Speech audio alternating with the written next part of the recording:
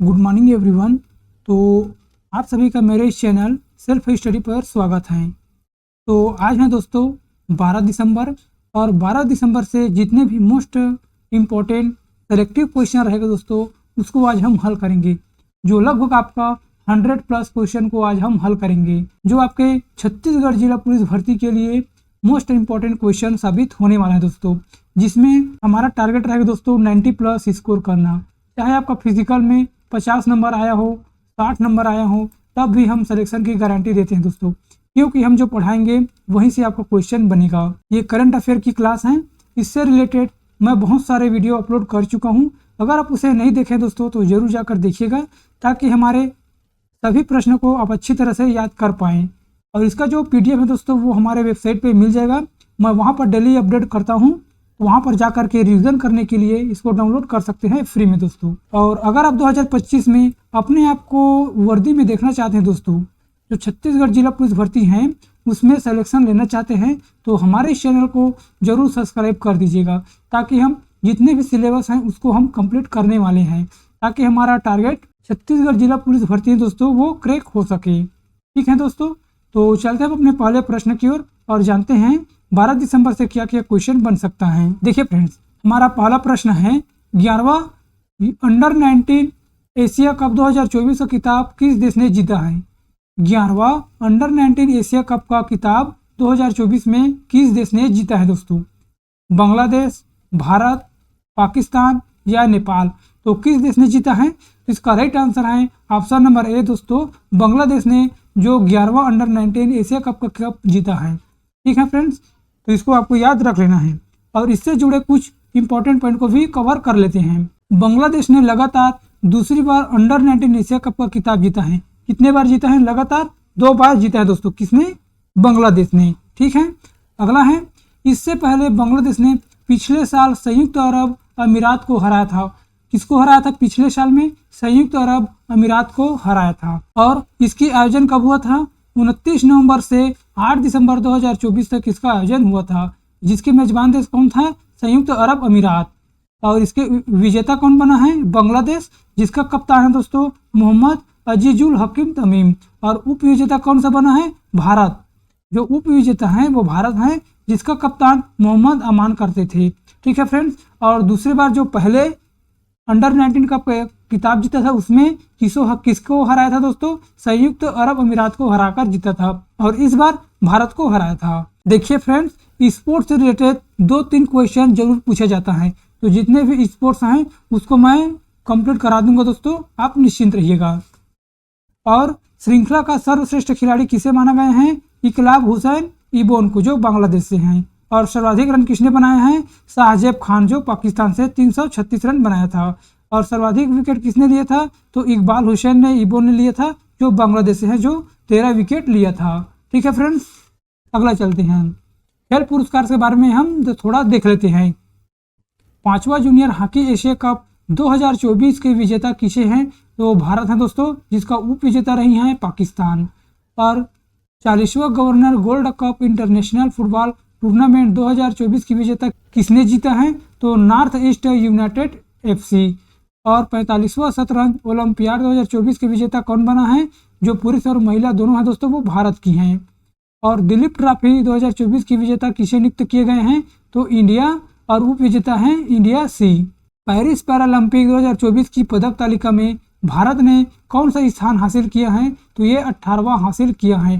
कुल पदक कितने हैं दोस्तों, 29 हैं। पहला कौन है, चीन, जिसमें कुल पदक 220 पदक जीता है। और 2024 से 5वीं बार पूरी एशियाई हॉकी चैंपियन ट्रॉफी का खिताब किसने जीता है, तो ये भारत ने जीता है। और चौथी दक्षिण एशियाई जूनियर एथलेटिक्स चैंपियनशिप 2024 में पहला स्थान कौन है, तो ये भारत है दोस्तों, जिसका कुल पदक है 48। और पेरिस ओलंपिक 2024 में पदक तालिका में भारत ने कौन सा स्थान हासिल किया है, तो ये 71वां हासिल स्थान किया है, और जिसका कुल पदक है 6। और पहला स्थान किसे हैं, तो ये USA हैं, जिसमें कुल पदक 126 हैं। और 133वें टूरंट कप 2024 की विजेता कौन बना है, तो north east United football club. ICC पुरुष T20 विश्व कप 2024 की विजेता कौन है, तो ये भारत है दोस्तों, जो दक्षिण अफ्रीका को हराकर बना है। और इंडियन प्रीमियर लीग मतलब IPL 2024 की विजेता कौन है, तो ये कोलकाता नाइट राइडर्स हैं, जिसका उप विजेता रही हैं सनराइजर्स हैदराबाद। और 2024 थॉमस और उबेर कप की विजेता कौन है, तो ये चीन है। महिला प्रीमियर लीग 2024 की विजेता किसे नियुक्त किए गए हैं, तो रॉयल चैलेंज बेंगलोर मतलब RCB। अब सेकंड क्वेश्चन देखते हैं। देखिए फ्रेंड्स, इसमें तो हमारा लगभग 12 क्वेश्चन हैं, लेकिन उसके अंदर हम 10 से 15 क्वेश्चन जरूर ऐड किए हैं। ठीक, दूसरा क्वेश्चन क्या है, केंद्रीय ऊर्जा और आवास एवं शहरी मामलों के मंत्री मनोहर लाल खट्टर ने किस राज्य में ऊर्जा वीर योजना का शुभारंभ किया है। केंद्रीय ऊर्जा और आवास एवं शहरी मामलों के मंत्री मनोहर लाल खट्टर, इसको याद रख लेना है, मनोहर लाल खट्टर ने किस राज्य में ऊर्जा वीर योजना का शुभारंभ किया है। विजयवाड़ा, लखनऊ, भिवानी या सूरत। तो किसने किया है, तो ये विजयवाड़ा ने किया दोस्तों, जो आंध्र प्रदेश में स्थित है। ठीक, यहाँ की जो मंत्री हैं दोस्तों मनोहर लाल खट्टर ने ऊर्जा वीर योजना की आरंभ किया है। ठीक है फ्रेंड्स, इसको याद रख लेना है, कहाँ किया गया है, विजयवाड़ा में। और इसको भी याद रख लेना है, वहाँ के मंत्री कौन है, मनोहर लाल खट्टर। और इससे जुड़े कुछ इंपॉर्टेंट पॉइंट को कवर कर लेते हैं। केंद्रीय ऊर्जा और आवास एवं शहरी मामलों के मंत्री मनोहर लाल खट्टर ने आंध्र प्रदेश के मुख्यमंत्री चंद्रबाबू नायडू के साथ विजयवाड़ा में ऊर्जा वीर योजना का शुभारंभ किया है। और इस योजना का मुख्य उद्देश्य है ऊर्जा दक्षता और नवीनीकरण ऊर्जा पहल को बढ़ावा देना है। और यह ऊर्जा संरक्षण को जीवन का तरीका बनाने के लिए समर्पित व्यक्तियों को एक नेटवर्क तैयार करना है, यही इसका मुख्य उद्देश्य है। इस पहल के तहत आंध्र प्रदेश ने केवल भारत के ऊर्जा बचत लक्ष्यों में योगदान देगा, बल्कि नागरिकों को स्थायी प्रथाओं में सक्रिय रूप से भाग लेने के लिए भी सशक्त बनाएगा। ठीक है फ्रेंड्स, अब आंध्र प्रदेश से कुछ जुड़े इंपॉर्टेंट पॉइंट को कवर कर लेते हैं। आंध्र प्रदेश की राजधानी है दोस्तों अमरावती। ठीक, आंध्र प्रदेश की राजधानी है अमरावती। वहाँ के मुख्यमंत्री कौन है, एन चंद्रबाबू नायडू।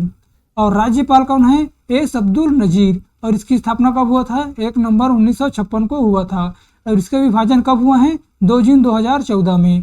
किस किस राज्य का विभाजन हुआ है, तेलंगाना और आंध्र प्रदेश। कब हुआ है, 2 जून 2014 में। और यहाँ के राष्ट्रीय उद्यान के बारे में जान लेते हैं। कासु ब्रह्मानंदन रेड्डी राष्ट्रीय उद्यान स्थित हैं और पापीकोंडा राष्ट्रीय उद्यान भी यहीं पर स्थित हैं। और आंध्र प्रदेश में टोटल लोकसभा सीट 25 हैं और राज्यसभा सीट 11 है। इस पॉइंट को आप जरूर याद रखिएगा दोस्तों, मैं अच्छी तरह से आपको बता दिया हूँ, जो आपके जनरल नॉलेज के लिए इम्पोर्टेंट है। अगला क्वेश्चन, विश्व मानवाधिकार दिवस 2024 कब मनाया गया है। विश्व मानवाधिकार दिवस 2024 में कब मनाया गया है, 10 दिसंबर, 8 दिसंबर, 6 दिसंबर या 5 दिसंबर। इसका राइट आंसर है फ्रेंड्स 10 दिसंबर को मनाया गया है। और 10 दिसंबर हर साल विश्व मानवाधिकार दिवस मनाया जाता है, मतलब हर साल 10 दिसंबर को विश्व मानवाधिकार दिवस मनाया जाता है। और इसका मुख्य उद्देश्य क्या है दोस्तों, विश्व मानवाधिकार दिवस 2024 का मुख्य उद्देश्य है युवाओं में मानवाधिकार शिक्षा के बारे में जागरूकता फैलाना और कम उम्र से ही समानता, न्याय और सम्मान के मूल्यों को बढ़ावा देने के महत्व को बताना है दोस्तों। यही इसका मुख्य उद्देश्य है, जिसका थीम क्या रखा गया है, हमारे अधिकार हमारा भविष्य और अभी, ये इसका थीम है।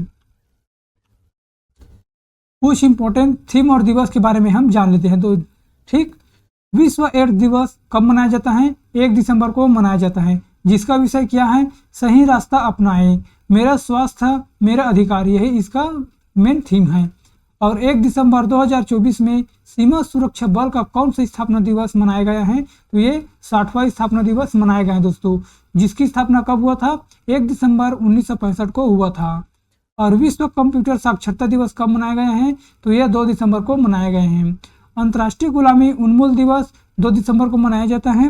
राष्ट्रीय प्रदूषण नियंत्रण दिवस 2 दिसंबर को मनाया जाता है, जिसका थीम है दोस्तों स्वच्छ वायु, हरित पृथ्वी, सतत जीवन की ओर एक कदम, यही इसका मुख्य थीम है। और अंतर्राष्ट्रीय विकलांग दिवस कब मनाया जाता है, तो 3 दिसंबर को मनाया जाता है, जिसका विषय है एक समावेशी और एक टिकाऊ भविष्य के लिए विकलांग व्यक्तियों के नेतृत्व को बढ़ावा देना, इसका मुख्य थीम है। भारतीय नौसेना दिवस कब मनाया जाता है, तो ये 4 दिसंबर को मनाया जाता है, जिसका थीम है नवाचार और स्वदेशीकरण के माध्यम से ताकत और शक्ति।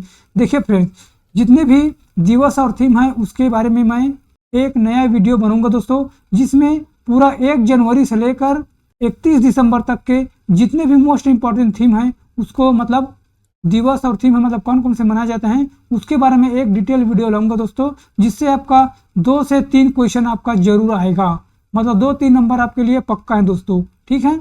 और विश्व वन्य जीव संरक्षण कब मनाया जाता है? 4 दिसंबर को। अंतर्राष्ट्रीय चीता दिवस 4 दिसंबर को मनाया जाता है। अंतर्राष्ट्रीय स्वयंसेवक दिवस 5 दिसंबर को मनाया जाता है, जिसका थीम है विविध स्वयंसेवक मजबूत समुदाय।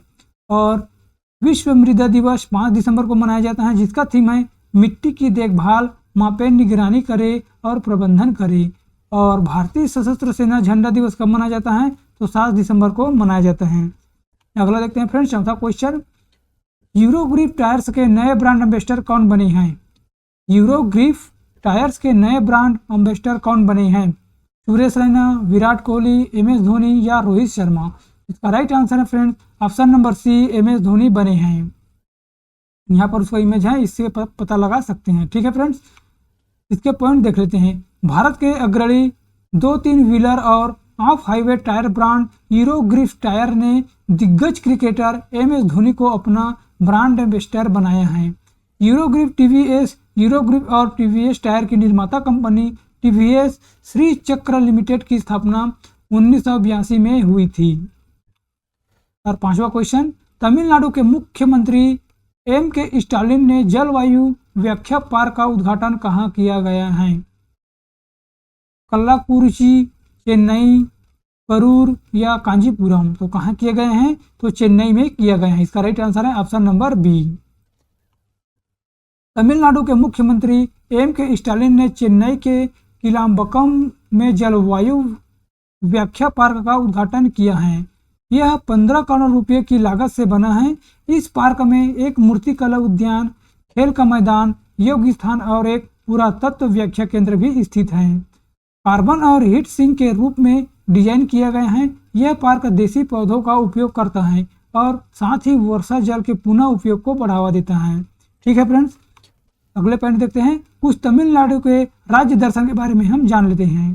तमिलनाडु राज्य की गठन कब हुआ है? 1 नवंबर 1956 को हुआ था, जिसकी राजधानी है दोस्तों चेन्नई। और वहाँ के मुख्यमंत्री मुथुवेल करुणानिधि स्टालिन है। और नए उप मुख्यमंत्री कौन बने हैं? उदयनिधि स्टालिन। और राज्यपाल हैं RN रवि। और लोकसभा सीट कितनी है तमिलनाडु में? 39 लोकसभा सीट हैं। और राज्यसभा सीट 18 हैं। विधानसभा सीट 234 हैं।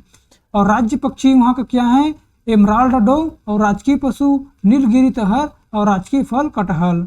और तमिलनाडु के पड़ोसी राज्य कौन कौन से दोस्तों? 3 पड़ोसी राज्य हैं, आंध्र प्रदेश, केरल और कर्नाटक। और तमिलनाडु में 3 प्रमुख बंदरगाह कौन कौन से हैं? चेन्नई बंदरगाह, तूतीकोरिन बंदरगाह और एन्नोर पोर्ट। ये 3 मुख्य बंदरगाह हैं। और तमिलनाडु के प्रमुख त्यौहार कौन कौन से हैं? थाईपुसम जो भगवान मुरुगा को समर्पित हैं। और तिमिथी पर्व जो द्रौपदी को समर्पित है। और पोंगल त्यौहार, तिथिरई जो देवी मीनाक्षी के विवाह से संबंधित हैं। वेलविल ओरी विजय महोत्सव, सिमिथी पुंडांडू नव वर्ष त्यौहार जो पोंगल यहाँ का मुख्य प्रमुख त्यौहार हैं। और तमिलनाडु के लोक नृत्य कौन कौन से हैं? कुम्मी, भरतनाट्यम, कारगम, कावड़ी, आटम, देवराटम नृत्य, कारगम लोक नृत्य यहाँ की मुख्य लोक नृत्य हैं। और तमिलनाडु के प्रमुख मंदिर देखते हैं दोस्तों, स्वर्ण मंदिर, ऐरावतेश्वर मंदिर, गंगाईकोंड, चोलपुरम मंदिर और कपालेश्वर मंदिर, चिदम्बरम मंदिर और इरावतेश्वर मंदिर, बृहदीश्वर मंदिर, एकम्बरेश्वर मंदिर और राजेश्वर मंदिर, राजेश्वर मंदिर, ठीक है। यहाँ के ये मुख्य प्रमुख मंदिर हैं, कहाँ के? तमिलनाडु के। और राज्य दर्शन देख लेते हैं। सिलंबम किस राज्य की एक हथियार आधारित मार्शल आर्ट है? तो तमिलनाडु। और केरल को तमिलनाडु से जोड़ने वाला महत्वपूर्ण दर्रा कौन सा है? तो पालघाट की दर्रा। और तमिलनाडु की सबसे ऊंची चोटी कौन है? डोडा बेट्टा। तमिलनाडु और श्रीलंका के मन्नार जिले के बीच मौजूद जल डमरू मध्य को क्या कहा जाता है? तो पाक जल डमरू मध्य कहा जाता है। तमिलनाडु के तट पर सर्वाधिक वर्षा कब होती है? अक्टूबर और नवंबर में। किस वर्ष मद्रास राज्य का नाम बदलकर तमिलनाडु कर दिया है? तो ये 1969 में किया गया था। 8वां क्वेश्चन देखते हैं, भारतीय क्रिकेट कंट्रोल बोर्ड मतलब BCCI के कार्यवाहक सचिव कौन नियुक्त किए गए हैं? राजर बिन्नी, सम्मी सिल्वा, देवजी सैकिया या जय शाह? तो इसका राइट आंसर है friend option number C, Devajit Saikia को बीसीसीआई के नए सचिव के रूप में नियुक्त किया गया है। कुछ इसके बारे में जान लेते हैं। पूर्व असम क्रिकेटर देवजी सैकिया को भारतीय क्रिकेट कंट्रोल बोर्ड मतलब बीसीसीआई का कार्यवाहक सचिव नियुक्त किया गया है। देवजी सैकिया ने जय शाह का स्थान लिया है, मतलब पहले कौन था? जय शाह था, अब कौन है? देवजी सैकिया। भारतीय क्रिकेटर कंट्रोल बोर्ड यह भारत क्रिकेटर के लिए एक राष्ट्रीय शासकीय निकाय है। इसकी गठन कब हुआ था? दिसंबर 1928 में हुआ था, जिसका मुख्यालय है मुंबई, जो महाराष्ट्र में स्थित है। इसके अध्यक्ष कौन है दोस्तों? रोजर बिन्नी। खेल संगठनों के प्रमुख पोजीशन के बारे में जान लेते हैं। भारतीय महिला क्रिकेटर टीम के मुख्य कोच कौन है? तो अमोल मजूमदार। भारतीय भारोत्तोलन महासंघ का अध्यक्ष किसे नियुक्त किए गए हैं? सहदेव यादव। और भारतीय पैरालंपिक समिति के अध्यक्ष कौन है? देवेंद्र झांझरिया। फेडरेशन इंटरनेशनल के फुटबॉल एसोसिएशन के अध्यक्ष कौन है? Gianni Infantino.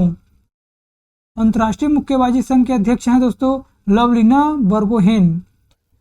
Akhil Bharatiya football महासंघ के अध्यक्ष कौन है? Kalyan Chaubey. Volleyball federation of India के अध्यक्ष किसे नियुक्त किए गए हैं? अच्युत सामंथा। और बास्केटबॉल फेडरेशन ऑफ इंडिया के अध्यक्ष कौन है? आधव अर्जुन।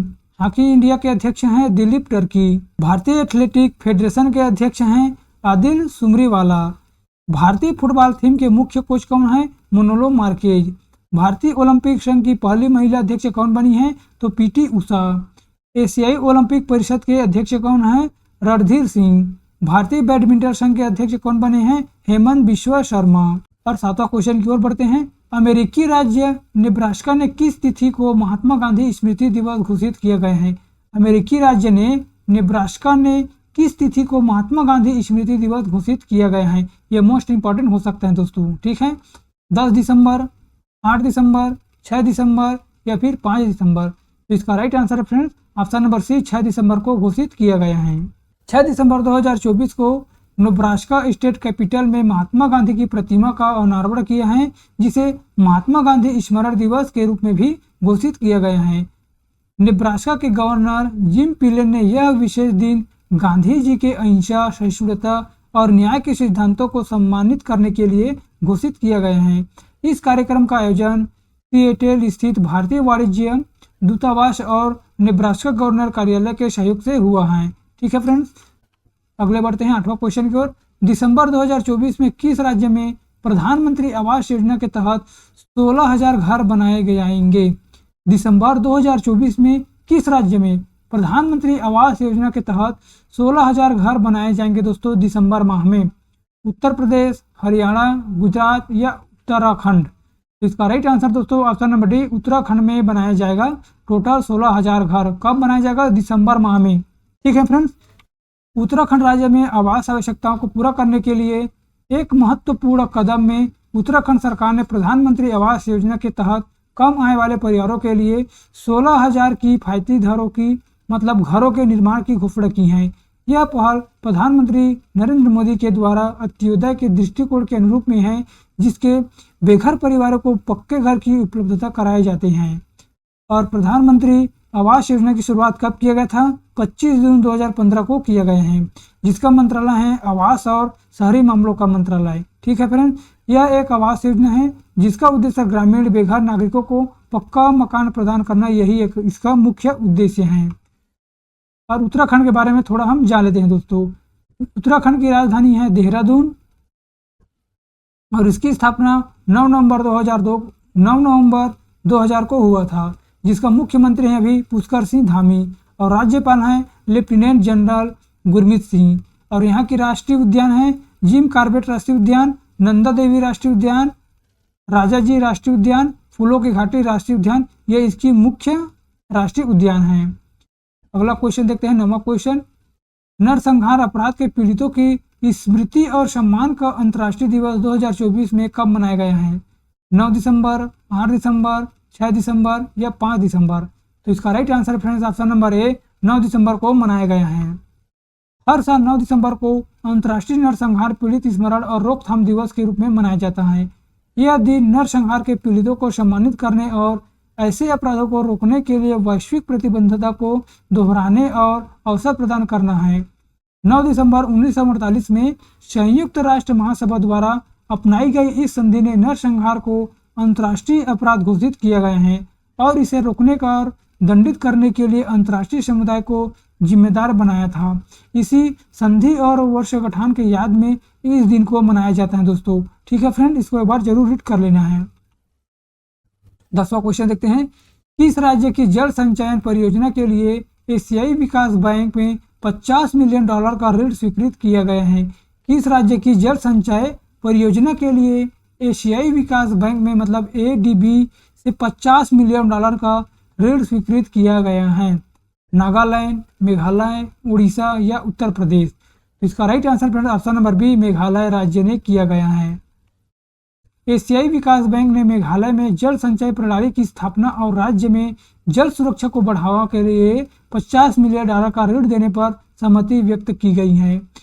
इस उद्देश्य के लिए नई दिल्ली में भारत सरकार और ADB प्रतिनिधि के बीच एक समझौते पर हस्ताक्षर किए गए हैं। इस ऋण समझौते पर वित्त मंत्रालय के आर्थिक मामलों के विभाग की संयुक्त सचिव जूही मुखर्जी और ADB के भारत निवासी मिशन के कंट्री डायरेक्टर मियो वोका ने हस्ताक्षर किए हैं। कौन कौन ने किए हैं? जूही मुखर्जी और मियो वोका ने हस्ताक्षर किए हैं। एशियाई विकास बैंक के कुछ पॉइंट को कवर कर लेते हैं। इसकी स्थापना दोस्तों 1966 में हुआ था। एशियाई विकास एक क्षेत्रीय बहुपक्षीय विकास बैंक है जो एशिया प्रशांत क्षेत्र पर केंद्रित है। यह गरीबी उन्मूलन और विकास उद्देश्यों के लिए सदस्य देशों को ऋण प्रदान करता है और परामर्श और तकनीकी सेवाओं को प्रदान भी करता है, जिसका मुख्यालय है मनीला, फिलीपींस। इसका अध्यक्ष है दोस्तों मासासुबु अस्कावा। निर्वाचित अध्यक्ष हैं 11वां अध्यक्ष हैं, कौन है? मसातो कांडा जो जापान से हैं। सदस्य देश कौन कौन से हैं? इसमें 69 सदस्य देश हैं और 69वां कौन सा है? इजराइल। 11वां क्वेश्चन देखते हैं, विश्व की सबसे उम्र दराज जानी जाने वाली जंगली पक्षी ने 74 वर्ष की उम्र में अंडा देकर इतिहास रच दिया है। इस पक्षी का क्या नाम है? देखिए, विश्व की सबसे उम्र दराज जाने वाली जंगली पक्षी जो 74 वर्ष हो गए हैं लेकिन फिर भी उसने अंडा देकर इतिहास रच दिया है दोस्तों। इस पक्षी का क्या नाम है? विजडम, मधु, नीलगिरी या नैलेजा हीरा? इसका राइट आंसर है ऑप्शन नंबर ए दोस्तों, विजडम पक्षी। विश्व की सबसे उम्र दराज जानी जाने वाली जंगली पक्षी विजडम जो एक लेसन अल्बाट्रॉस हैं जो 74 वर्ष की उम्र में 4 साल बाद फिर से अंडा देकर इतिहास रच दिया है। इनकी यह उपलब्धि उनके अद्वितीय जीवन, दीर्घायु और प्रजातियों के संरक्षण में योगदान को दर्शाता है।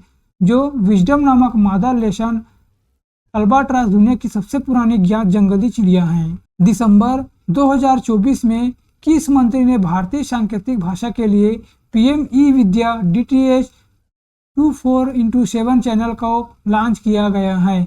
अमित प्रधान, नरेंद्र मोदी, राजनाथ सिंह या धर्मेंद्र प्रधान?